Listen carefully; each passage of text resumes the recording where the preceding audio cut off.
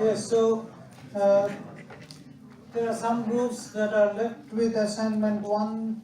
I will, the TA is currently sending out emails to which groups needs to reschedule.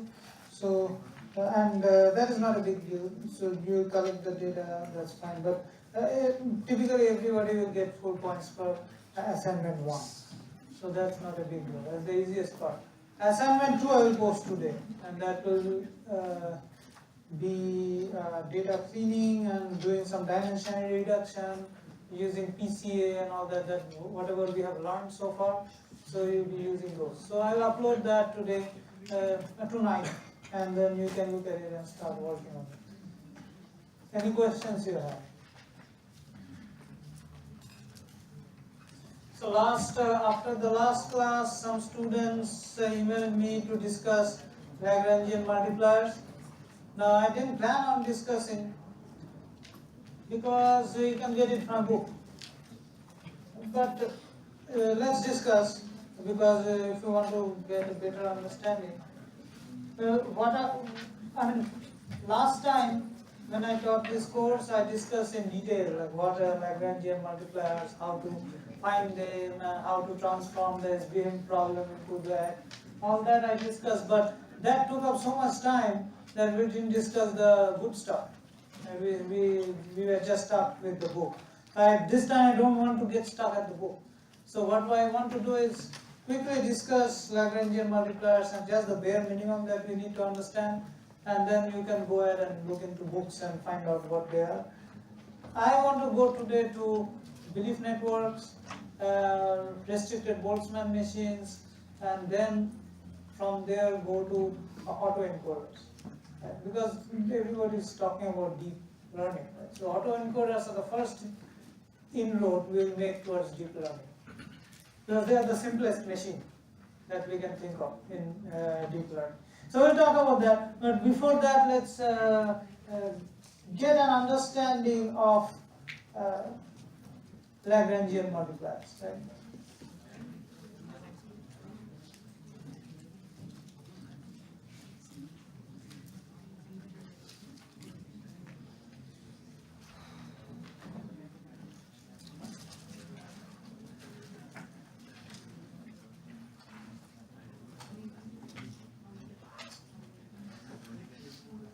So the starting point of the reason we use Lagrangian multipliers is we want to solve optimization problems. So one of the optimization problems that we came across was to minimize the L2 norm of W by 2 is not needed, and subject to some constraints. Some. What are those? We said that Y W xi plus b has to be less than equal to 1. No, greater than equal to 1. Has to be greater than equal to 1 for all I. Right? That's what we say. Now, so these are some types of objective optimization problems. So now, if you plot an objective function, and let's say this is an objective function on single variable. Let's simplify the things. So this is an objective function and you are plotting with respect to x. X is a variable. Let's say this is an independent variable.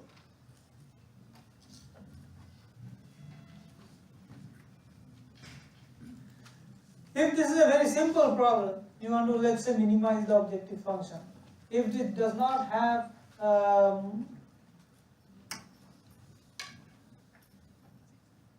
local optima, if it just has one global optima, then the objective function will look like something like this, possible, where this is the minimum value. Okay. Minimum value. Now the question is, can we, okay, let's understand certain terms. Lower bound. What is the lower bound? Anybody can explain me what is the lower bound? Lower bound of that objective function. What is it? What? The lowest value the function takes. That is the minimum value. Then what is the difference between minimum value and lower bound? What? It cannot go less than. It cannot. So is it this one? Is it this one? Is it this one? What is it? The lowest value takes to be classified.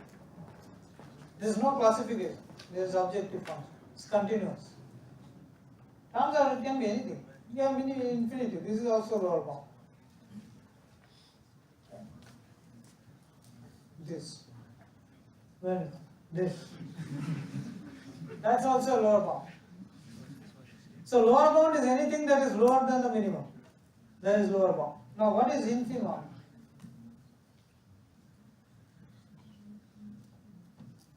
Infimum is a value in the objective function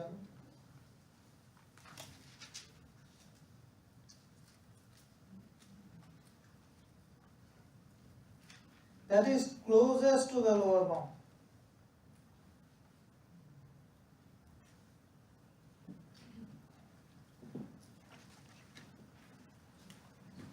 Now the thing is, we could have just said that there is the minimum value.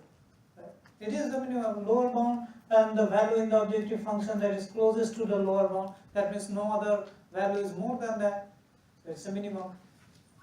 We could have said that it's the minimum. Why do we need a fancy term called infimum? The thing is, there are certain types of objective functions for which a minimization can be converted into a maximization problem. For example, if you do some transformation into this objective function, if you say, let's say this is an objective function, looks like this, but you transform that objective function to get another objective function. So let's say this is f1, this is f2, and you have this as an objective function. If you do that, then if you maximize this objective function, you find out this value. What will this be?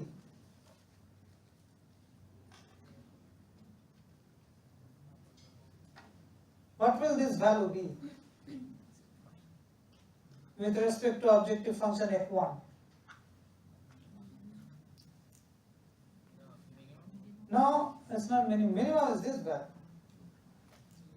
So what is this value?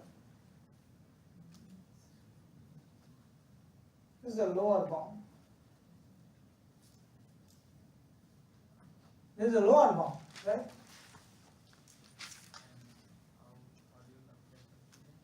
How do I come to that? Because it's just less than the minimum value. Anything less than the minimum value is lower bound.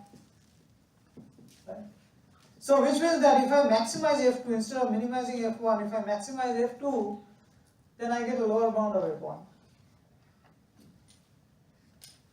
Now there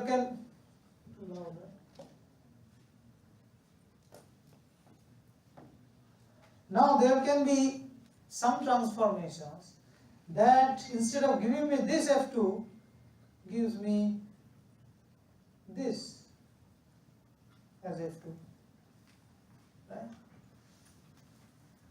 Some transformation might exist, might not, but there might be some transformation.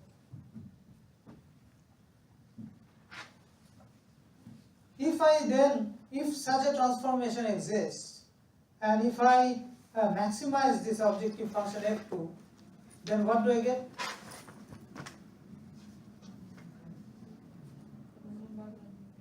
I get the minimum value of f1.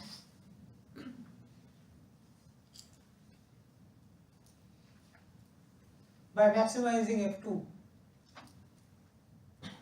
So this is called this gap between this maximum and this value, not this actually. This is called the infimum gap, or it's also called duality gap.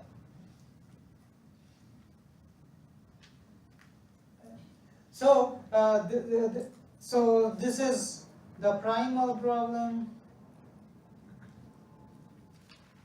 and this is the dual problem. So this you will learn in an optimization class. Right? So primal dual problem. Now Lagrangian multipliers help us transforming the primal problem into dual problem. And why do we need to transform it? Because it's an easier problem. Right? Solving the dual problem often is an easier problem. It may not be an easier problem, but it's often an easier problem. So now Now what are then Lagrangian multipliers? How do they help us? So we said that it helps us finding out this dual problem. But how? How does it help us? So let's consider this. Let's say this is a function f and this is the independent variable. It's a function of only a single variable, right? And you have some this, right?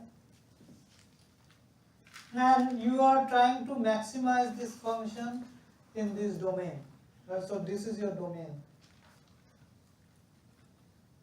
Domain means you don't look anywhere outside the domain. You only look inside, right? And let's say you have a constraint now. So what is the constraint? The constraint, let's say it's an equality constraint. Right? We will first talk about equality constraint, and we'll assure you, I will assure that that can be also used for inequality constraints, whatever we discuss, but I will not show it to you. It will take a long time. I'll just show it to you for equality constraints. But take my word for it, or look into a book, that this can be also applied to inequality constraints. So let's say we have a equality constraint. So which means, let's say we have a constraint of the form x equals 0.5.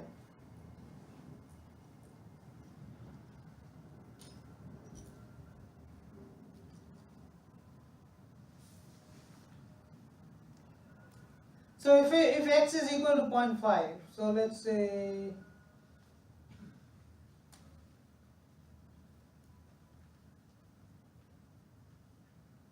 no, let's not do x equal to 0.5.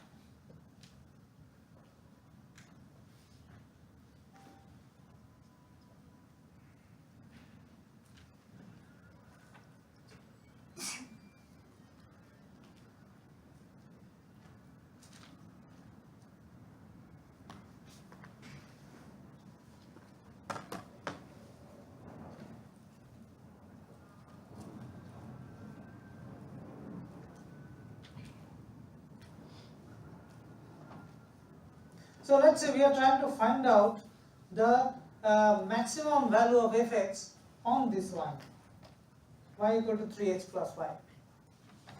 So there might be some line like this. It might be some line like that, right? So what are the maximum values of y of fx when y is equal to 3x plus 5? What is the maximum value?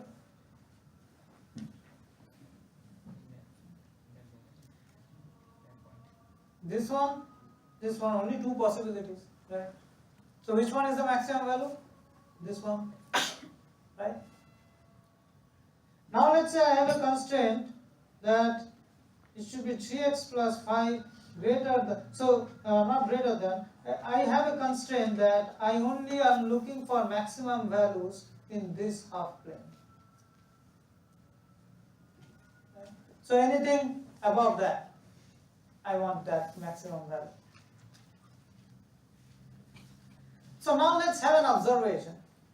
The observation is 3x plus 5, if we represent this in a vector form, then what is the 3 here? So 3 basically is the slope, right? So slope, if we represent it in a vector form, then this is the vector that is perpendicular. And if we represent this as a w dot x plus b, this form, this is a line form, line equation.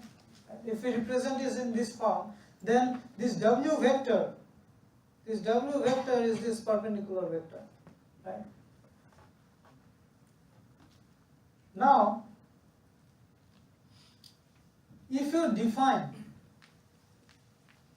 a direction for the function, now what is this direction?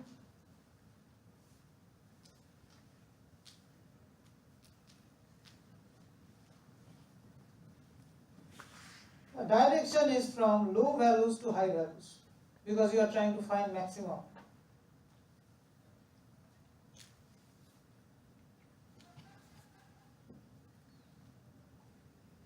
So if you define a direction, what these directions will be at this point? What is the direction? Direction is this. At this point, what is the direction? It is this. So if you look at this, if I take this line, these intersection points, and this is the maximum value, this might be a potential maximum value. So you are always looking at, so if this is the direction for function f, which means you take the tangent, actually this direction is wrong. You take the tangent and that is the direction. Here also you take the tangent and that is the direction. So you see that always some component of this direction is along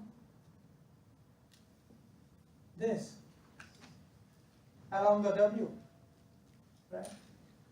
And what you also observe is that the maximum value of the function is at a point where this direction is more close to this direction than this. So this direction is further away from this direction. So if you plot just this here, and you still represent, this angle is much smaller than this angle. So what it says is that the slope of this function, when it aligns with the slope of the constraint, then you get the maximum value under this constraint, under the equality constraint. So that is the principal assumption, no, not principal assumption, it's an observation. Principal observation of Lagrangian multipliers, of Lagrange method. So which means what you need to do, now if you are going to multiple dimension, not just focusing on single dimension, you find the gradient of the function f that you are minimizing or maximizing. And you want to reduce the difference between the gradient of that function and the direction of that constraint. Right? That's what you want to do. So which means if the constraint is some gx equal to 0, so direction of the constraint means also take the gradient of the constraint and you will get the direction. So you want to reduce the difference. You have to reduce the difference. Now instead of taking these raw values, because these only represent direction and you do not have any tuning parameters, you need to add some tuning parameters, so scaling parameters. So what you do is you want to minimize this. Why? Because you know that when the directions align, I get maximum values. Right? So you want to minimize this, and this is a scaling parameter.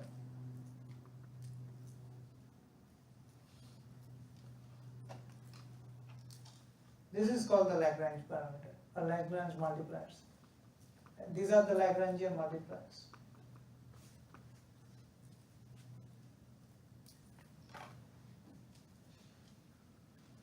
So this arises from the basic observation that for any constraint optimization, the maximum value or the minimum value is observed when any constraint maximization or minimization under equality constraints, not greater than less than. Under equality constraints, any maximum or minimum value is observed when the slopes of the function and the constraint line up. That's when the maximum value is observed, or minimum value, whatever, or extrema. Right? So let's just minimize it. So that is the gradient of the function, which is the direction from low to high values or high to low values. And this is the gradient of the constraint. And this works for linear, mind it, the linear constraint. So slope of the constraint means the direction of the constraint. So you want to merge the gap, you want to reduce the gap. And in order to tune your problem, you have lambda as a Lagrangian multiplier. Right? So you want this. You want to minimize this. Now let's look at SVM. Let's see whether that does the same thing or not. You look at this. Objective function half omega squared. If you take the differential, it becomes 2 omega d omega. Okay. minus lambda I, and this is the entire constraint. Okay. So basically what they are doing is, instead of minimizing the gradient, what is it doing? It is basically doing f minus lambda gx, fx minus lambda gx. They are minimizing it. Right? So you are finding. So now, if you want to find the minimum value of this, then you know that if I do the differential,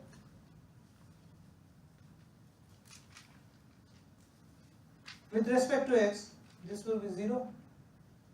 Right? This will be 0 when the minimum. So that means that the difference, this will be perfectly aligned. So the direction of the optimization function and the direction of the constraint will be perfectly aligned. Right? So that's why you minimize this, and that is what's exactly the minimize or maximize. Right? So anyways, if you minimize, maximize, doesn't matter. The differential will be 0, and the slopes will be directly aligned. Okay. So that's why if you look at this, that is what they are doing: objective function minus lambda I multiplied by the constraint, and then you get this. You get this value by differentiating. You get it as a dual problem. Now, how you get it? Read a book. I'm not going into that. So that is your explanation for using Lagrangian multipliers. So if you don't have any other requests or any other doubts, we can move on to some other things. Any more needed? All this you will find in books, even you will find in Wikipedia. Right? These are very old things. And as such, you don't need to know. Because if you want to do SVM, you just use MATLAB, command SVM, and everything works fine. So you don't really need to know.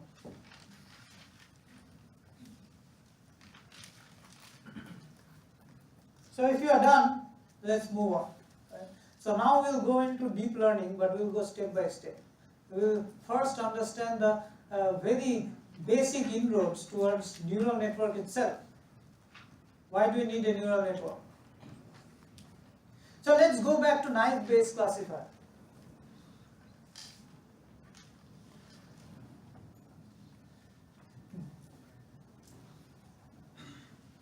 Oh, not this one. Where was knife Bayes?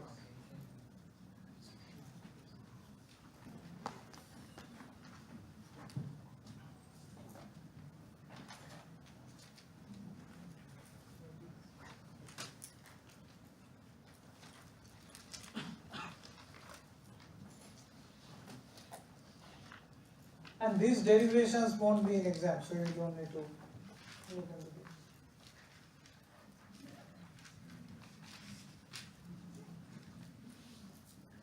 Yes, this is knife Bayes classifier.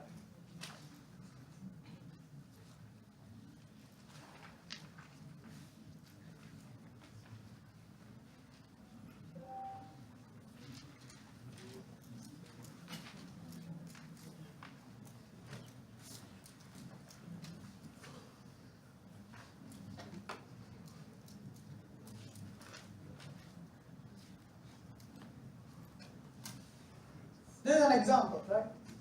So what is the core assumption of knife Bayes classifier? What is it? Just shouldn't just say the term, so frame it in a sentence. Conditional independence of what? Based upon what condition? Yes? Conditional independence of function given the label. Okay, good. So now what he is saying is that if we are given some data points, then these data points have a lot of attributes. Now we can assume that all these attributes take some random values. So I can represent a data point as a collection of random variables, x1 through xn. x1 is attribute 1, x2 is attribute 2, and so on up to xn is attribute n. So these are collection of random variables, and there is one another attribute, that is the class label, right? Attribute xn plus 1, that's it. So that is the class label. Now what he is saying is that given xn plus 1, if I say that xn plus 1 is given, class label is given, then x1 is independent of x2, x3, x4, x5, xn, x2 is independent of x1, x3, x4, x5, xn. So what does it mean by that condition is independence? It means that we can use those equations. We can use the Bayes theorem in a very lucrative way. You can use it that way. So when given x1, x2, x3 up to xn, we want to predict the class. So we want to say probability of the class given x1, x2, xn. Then we can use the Bayes theorem to say that okay, this is probability of class multiplied by probability of x1, x2, xn given c divided by probability of x. And we know probability x we don't need. Probability of class we know. But the problem is with calculating that x1, x2, xn given c. That is the problem. But if we assume conditional independence, it's very easy. How is it easy? So that we can just say that okay, this is just multiply.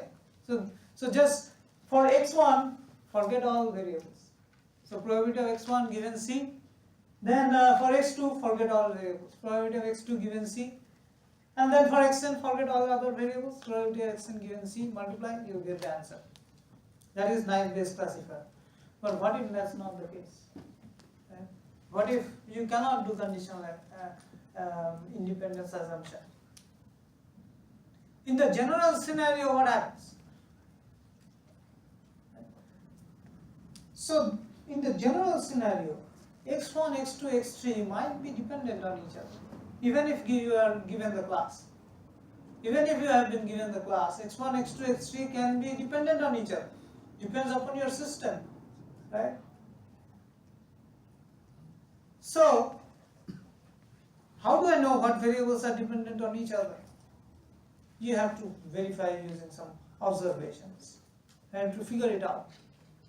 So let's say from reasoning I figure it out. From reasoning I figure it out. I say that okay, there are certain variables that are independent. Say x1, x2 are just independent. They just independently occurring events. And then there is a x3 which is independent of x1 given x2. Oh, sorry.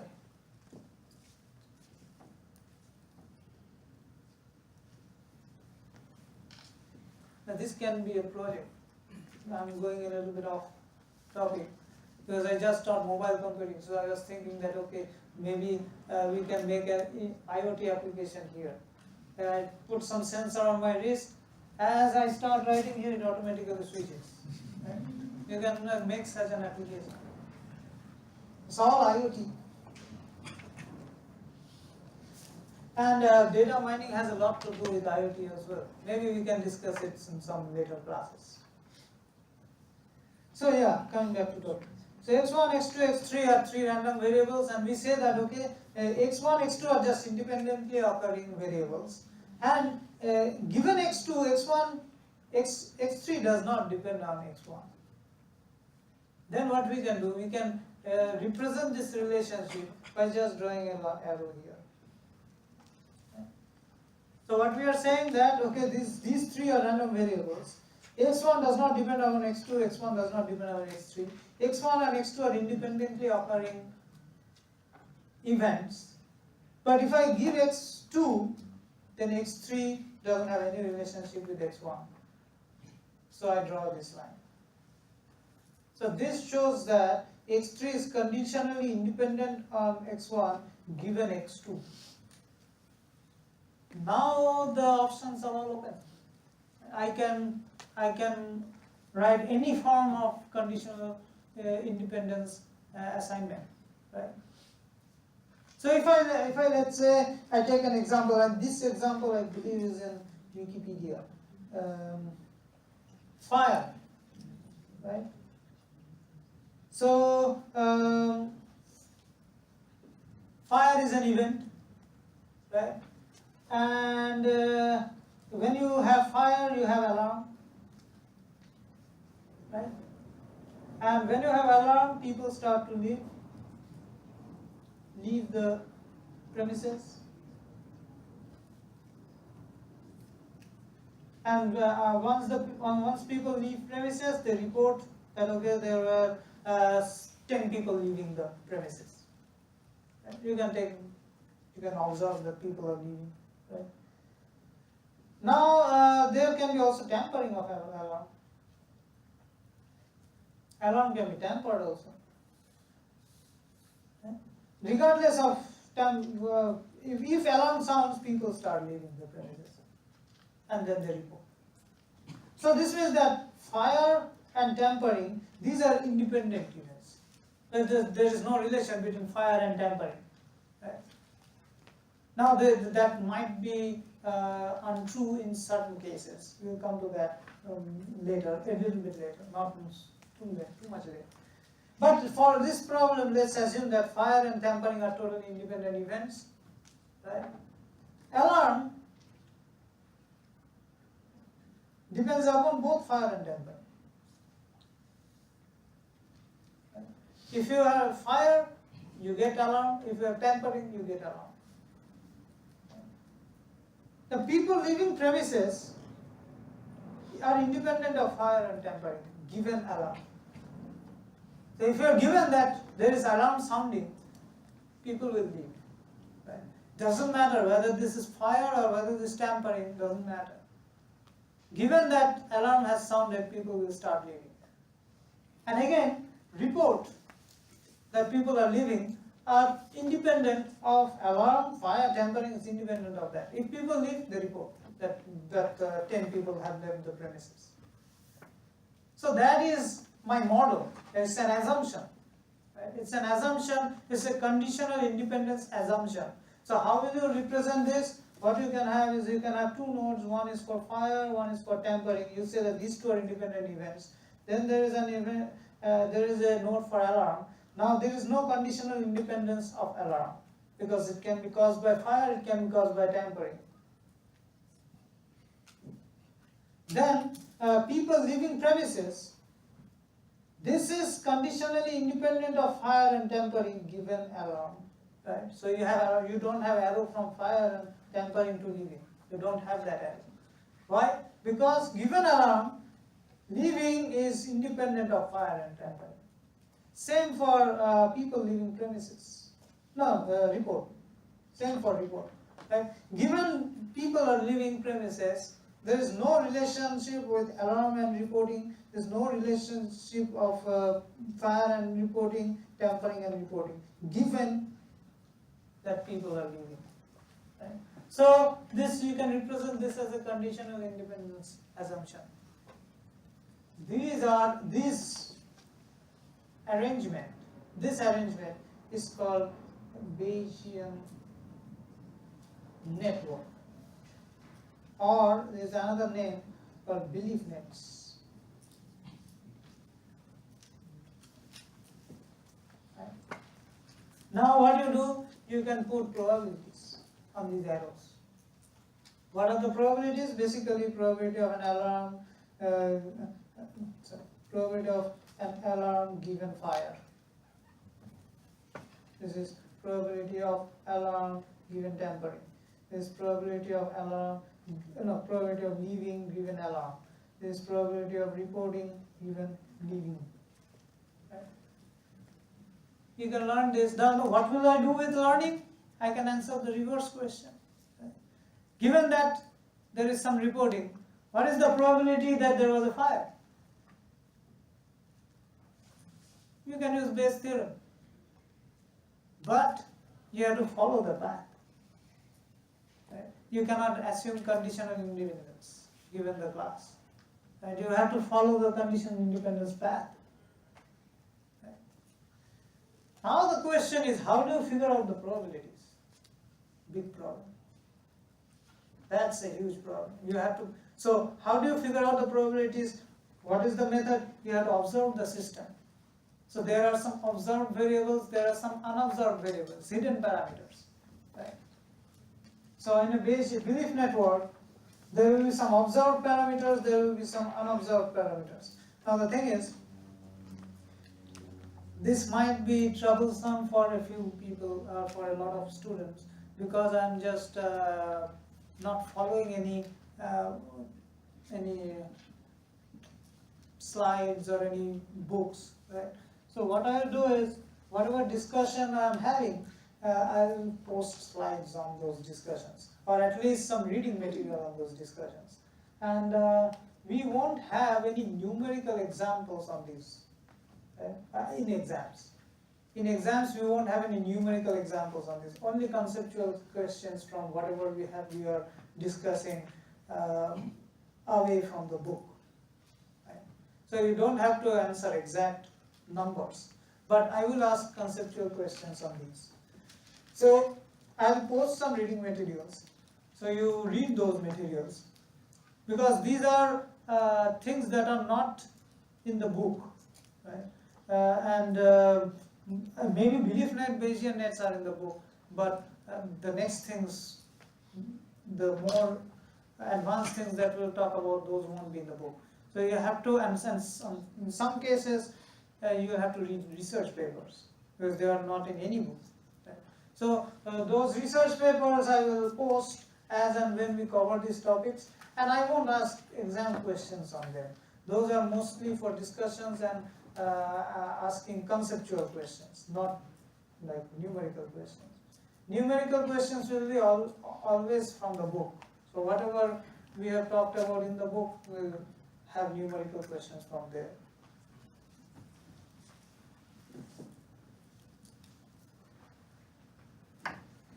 Where was it?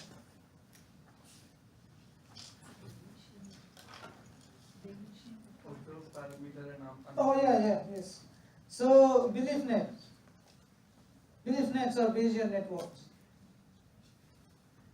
Belief networks may have two types of parameters. So there are x1 through xn random variables, right? And the aim is to construct a belief net. Now, construct a belief net there are two kinds of problems in constructing belief nets. One is you have to find out the nodes and edges. Nodes, you know, there are n nodes, right? You know, but you have to find out the edges. So you have to find out the edges, and you have to find out the probabilities on those edges. Right? So two things. Now, one thing is that you might be already given the nodes and you might be already given the edges. Then you just need to find out the probabilities. That's a very simple task. And you look at the traces, you do observations on the observed variables, and you can find out the arc probabilities. That's not a big deal. But what if you are not given the edges? Can you learn somehow the edges? Turns out you can learn, and it's a kind of a difficult concept of learning belief nets. But there are two types of variables: observed parameters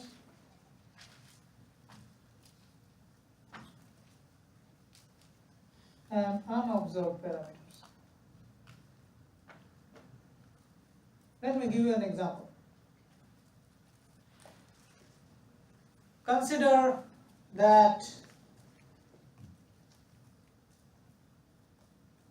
you are using a medical device, right?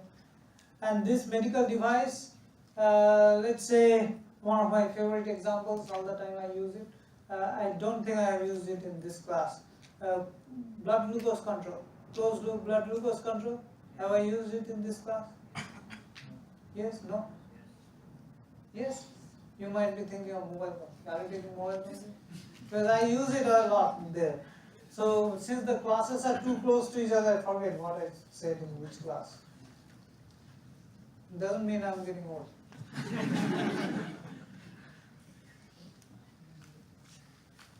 So closed loop blood glucose control. Let's discuss a little bit.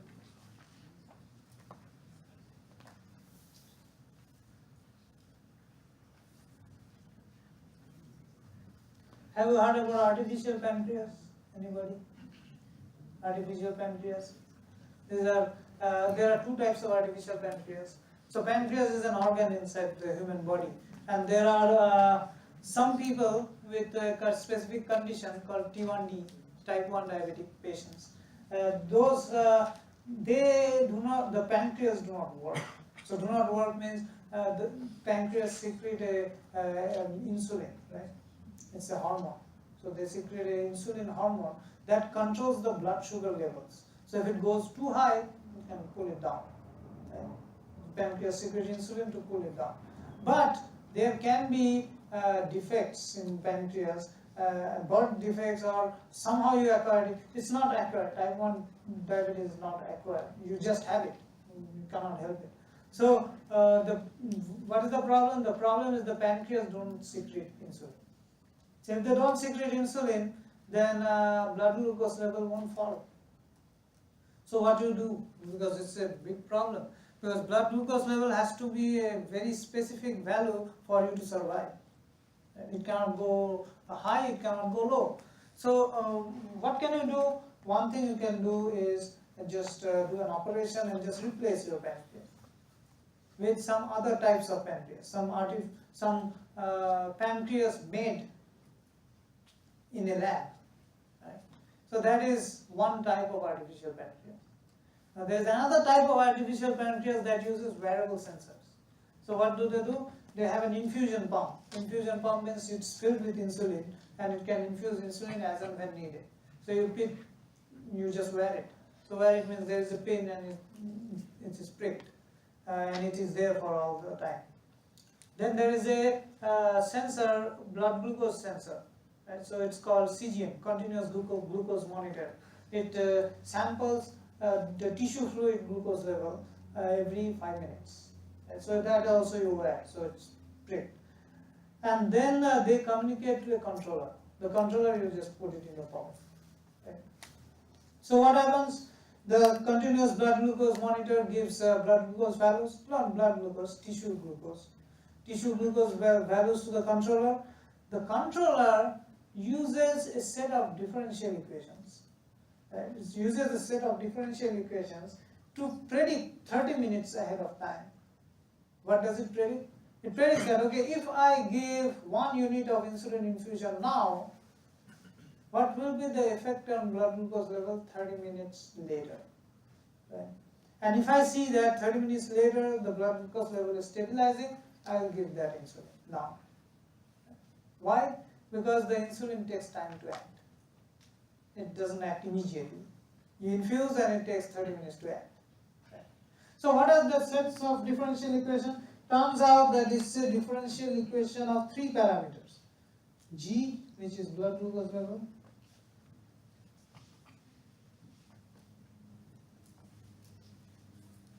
X, which is interstitial blood glucose level, and glucose level, interstitial glucose level, and I is blood insulin concentration.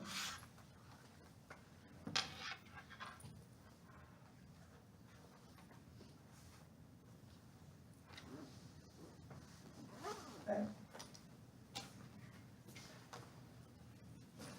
Now it's a differential equation on these. Now this differential equation has patient-specific parameters. So which means if you have dg dt, there is some p1 xg plus p2 I minus iv, something like that. So this p2, this p1, this iv are all patient-specific.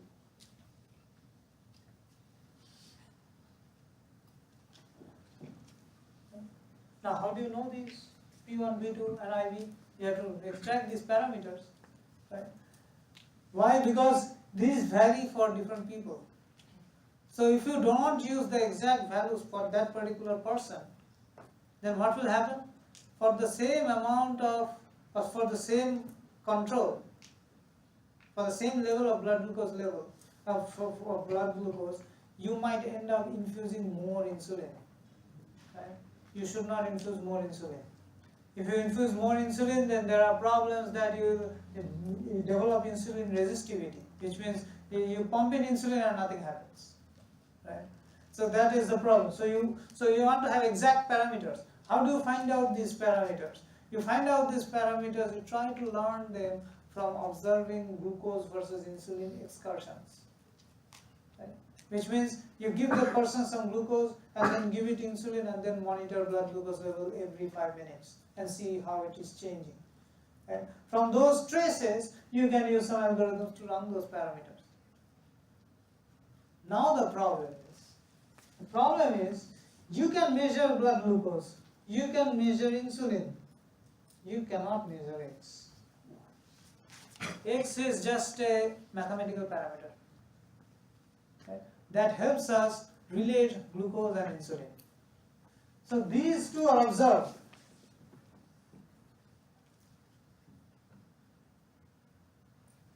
This one is hidden. Right? So if you are thinking of using a belief network to find out the relationship between G, X and I, and from there extract those parameters P1, P2 and IB, then you will encounter this problem. The G and I are observed, but there is a hidden parameter X. Now you can do some conditional independence assumption, or it might be just both G and I affect X. Right? So it depends upon, I don't know, the scenario. So maybe it's a belief net like this. G and I are independent of each other and they affect X. Right? Or it might be like this. G affects X, which affects I. So given X, I is independent of G. Or it might be something like this, given X,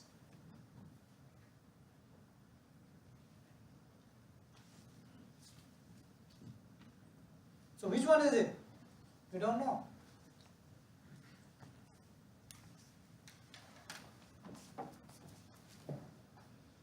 So that is the training part, training of belief network. How do you construct belief net? And there's no book. You have to read papers.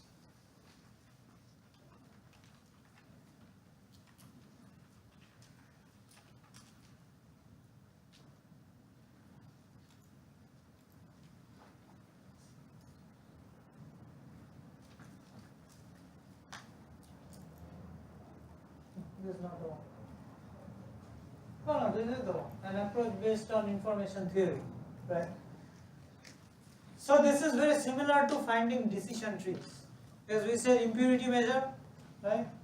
Impurity measure we want to minimize. So there are three types of impurity measure: gain, information theoretic, the entropy, and misclassification error, right? So this is one type of impurity measure, is mutual information. Mutual information Ix, Ixj. So Xi, Xj are two random variables. So mutual information is calculated something like this. So you can get this from the data, right? You get it from the data. That is the easy part. Nice. This is touch screen, I didn't know.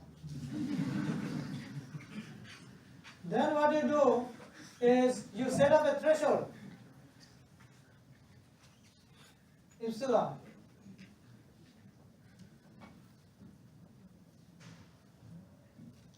Nice. You set up a threshold epsilon and you calculate the mutual information. Whichever mutual information is less than epsilon, assume conditional independence. It sounds simple, but it's not that simple. So you have to go deep into this. I'm just introducing you to these things. If you want to understand this, you have to read the research paper thoroughly. That's a task I don't require you to do, but you may choose to. I will post this document. This is not the document actually, the one that I got. This is something that I just found out. But I have another paper from which you can get all the details. So that is belief network. Now, if you think of knife-based classifier, knife-based classifier was what? How did it look like? I have no more there, maybe on the back. Knife-based said, okay, you have x1 through xn, and xn plus 1 is a class level. Now can you draw the belief net for knife-based classifier? How will it look like? Yeah. Xn plus 1 will be the parent node and all will. Exactly. So you will have a parent node xn plus 1 and you will have x1, x2, so on up to xn. So which means that given the xn plus 1, x1 is independent of x2, x2 is independent of x3, x3 is independent. So that's how you show the condition of independence. So knife-based classifier is one special case of belief networks.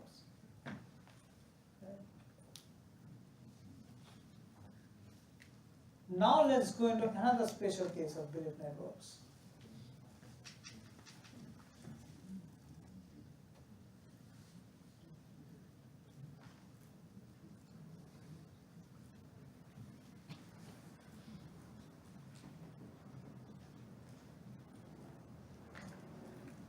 Restricted Boltzmann machines. This is where the interesting part starts. Right? And if you just a peek ahead, an autoencoder is just a series of restricted Boltzmann machines, symmetrical series. So which means you have at each step you are reducing and then again you are expanding and it just looks like a mirror image. So we'll come to that later. Right, a little bit later we'll come to that. So what is a restricted Boltzmann machine? There are two layers of nodes. So these are not nodes, right? The belief network is just a neural network. There are some nodes and there are some arrows, and although it doesn't do the neural network computation, but you can think of it like that. Right? So what is restricted Boltzmann machine? This is a neural network, and it takes the concept of, it stems from the concept of belief nets. So what happens? There are some visible layer. There's one visible layer and one hidden layer. So this is the visible layer, and this is the hidden layer. And it is a bipartite graph. So you know bipartite graph, fully connected bipartite graph. So what is the fully connected? Okay, a Boltzmann machine has a visible layer and a hidden layer, and it is a mesh. And the worst case is a mesh, which means it has arrows coming out of every node going to every node. But whenever there is a restricted Boltzmann machine, that becomes a bipartite graph. So which means that you do not have arrows coming from one node of the visible layer to the other node. You only have arrows from one node to other hidden layers, and you have arrows to all hidden layers. So one node in the visible layer is connected to all hidden layers, and one node in the hidden layer is connected to all visible layers. Right? So you have a fully connected bipartite graph.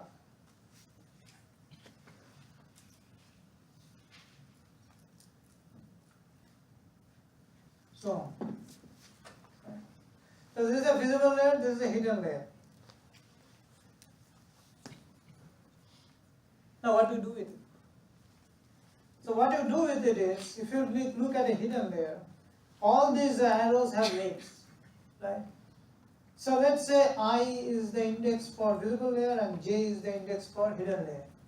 So if you want to find out the output of a hidden layer, let's say yj, then it is the summation of wij xi, so xi are these inputs, right?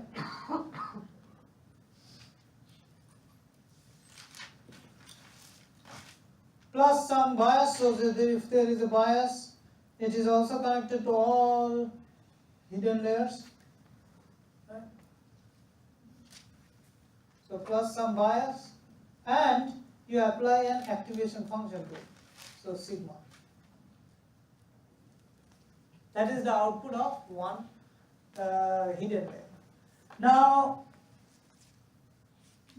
this is restricted Boltzmann machine. Why? In what terms it is restricted? As I said, that this is a bipartite graph. So why is it a bipartite graph? It becomes very easy to learn a Boltzmann machine, a restricted Boltzmann machine. It's very difficult to learn a Boltzmann machine, but it's very easy to learn a restricted one. And typically, it's not always the case, but typically you have an activation function that gives you yj as 0 or 1. Typically you have it. And that is not a restriction. You might have it as a real value as well. But typically you do. So sigma is maybe a sigmoid or a tan hyperbolic or something that takes a continuous domain and classifies into 0 and 1. So what is the purpose and why are we making this design? So let's take a practical example. Right? Movie recommendation, Netflix. Let's take Netflix as an example. So let's say you have you are trying to figure out what a particular person is interested in, and you want to recommend movies to that person. Right? So your recommendation is later, but first figuring out what this person is interested in. Right? So what you can do is you can take the whole set of movies, right, this person has watched.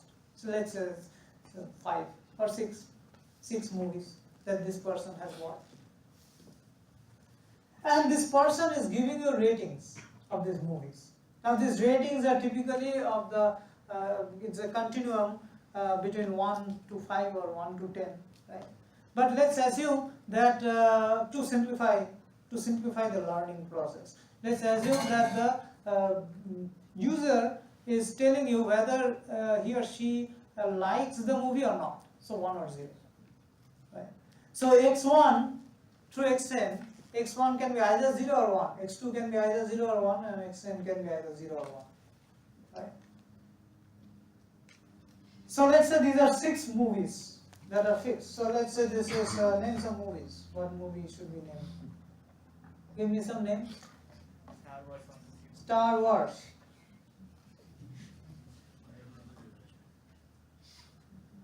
Harry Potter. Then you said 1, 2, 3, 4. That's easier, right? You don't have to count. So this is Star Wars 2, this is Star Wars 3, and let's say Star Wars 6. So no Harry Potter. Star Wars 2, 3, 4, 5, 6. How many are there?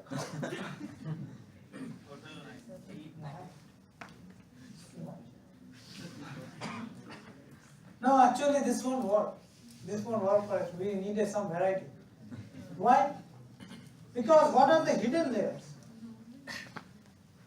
The hidden layers are giving you some hidden information.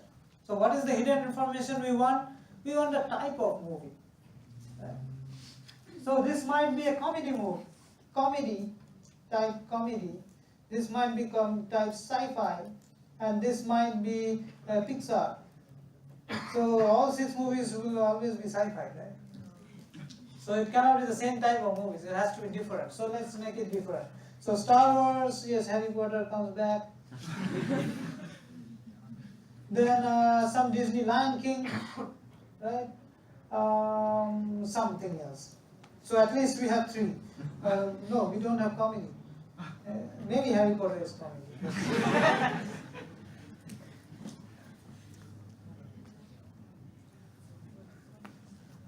Or The Mask, the very old movie. Right?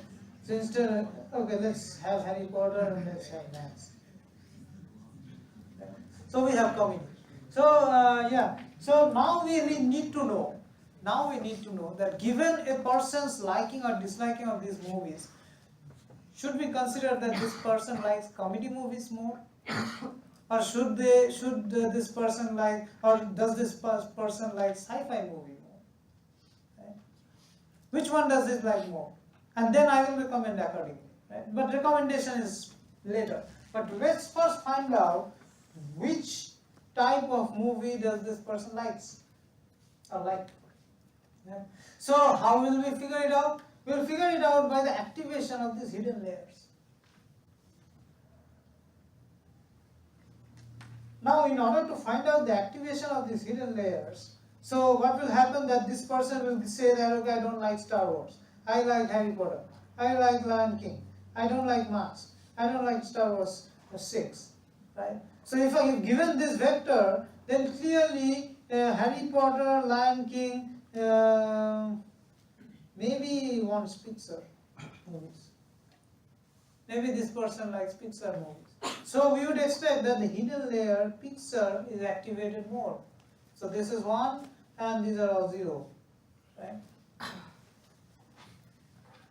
That we want, yes. How is it going to learn the weights from this scenario? Coming to that. Right? So that's a good question, right? We don't know the weights. So how do we know that that will be 1?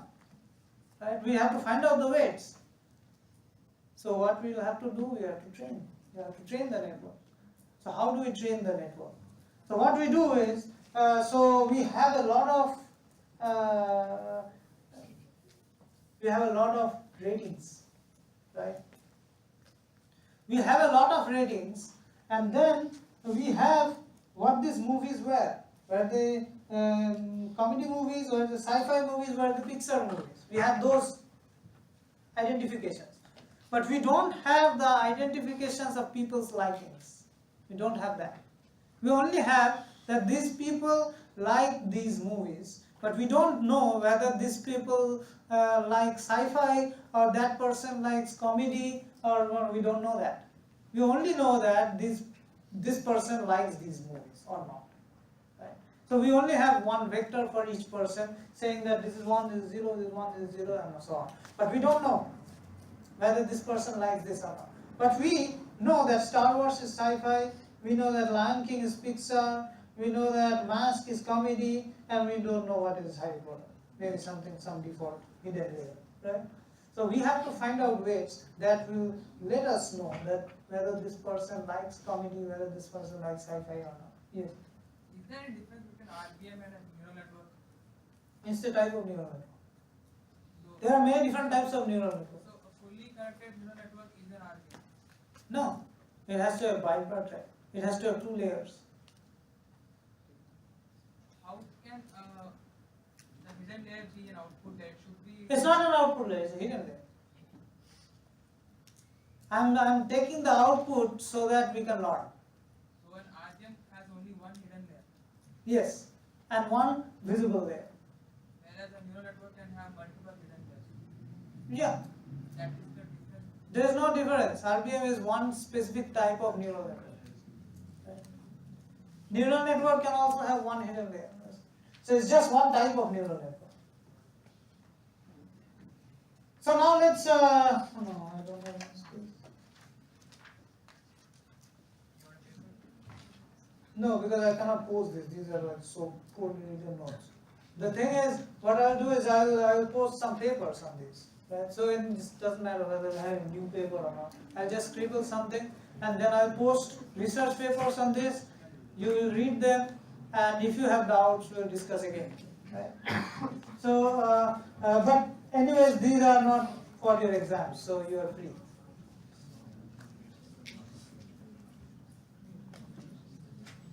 Okay, so we have some visible layer, we have some hidden layers, right? And we know that we have a training set. Training set is what? It's just people's choices. So people 1, person 2, and person 3, they are giving me choices. And I know that these are sci-fi or comedy or those classifications I know. But I don't know whether person 1 likes sci-fi or not, person 2 likes sci-fi or not. I don't know that. Right? So let's say that you have these training examples. So what you do is now for one training example, you calculate the activation of each hidden layer. Right? So YH1, YHJ, you calculate it using this. So summation Wij xi plus b. Right? You calculate this. So this will be either 1 or 0. Because the activation function does it like that. Right? Either 1 or 0. Now, you know for each movie, right? For each movie, you know what is this ZI. Right? ZI means what category? What is the category? You know, right? So what? So since you know what is the category, you know that for this particular movie, I will have. I expect that YHK should be 1. I expect for that particular category because I know that is the movie. Right? So then what you do is there is some expected YHK. There is some expected value, which is What's K? so K corresponds to the category. So if ZJ is the category, no ZI. So if ZI's category is K, right? K is the category.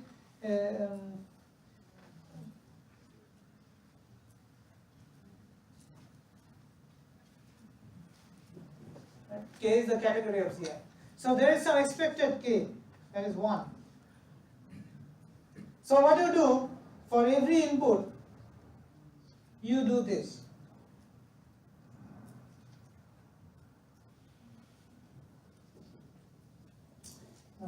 Next notation. Sorry.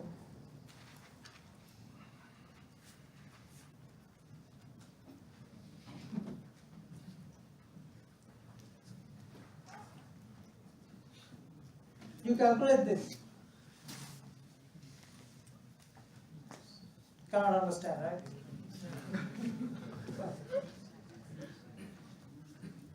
Scratch this. So up to this point you have understood. Up to this point it is understood. There is some activation, right? Now, what I am saying is that if xi is equal to 1, right? If xi is 1, for xi, you have that label that xi was a sci-fi movie. Right?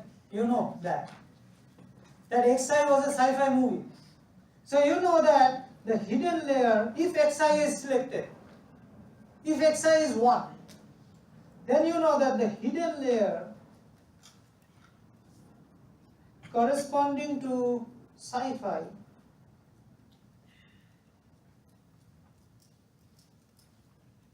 that should be 1, that is expected, right? So now you calculate the matching between the input and the expected. No, sorry, no. Now you calculate the matching between the expected and the actual output that you get. Right? Actual output of the hidden layer. So the actual output of the hidden layer is this, and the expected is this. So which means that expected J is 1 if xi is 1 and category of xi is J. Does that make sense? But how do we know which hidden node corresponds to the sci-fi movie? No, you label that this hidden node is for sci-fi, this is for comedy, this is for some other. So manually define. Yeah, you define. Right. Yes. If you are given the category for each movie, right, all you have to see from the input layer is just the majority, and you have his. So this is a very good point that he raised. So why don't you just look at the majority? Right? Then you know that this person is interested in this.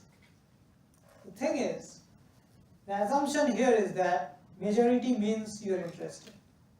But that might not be the truth. You might be watching that particular type of movie because you are interested in the hero.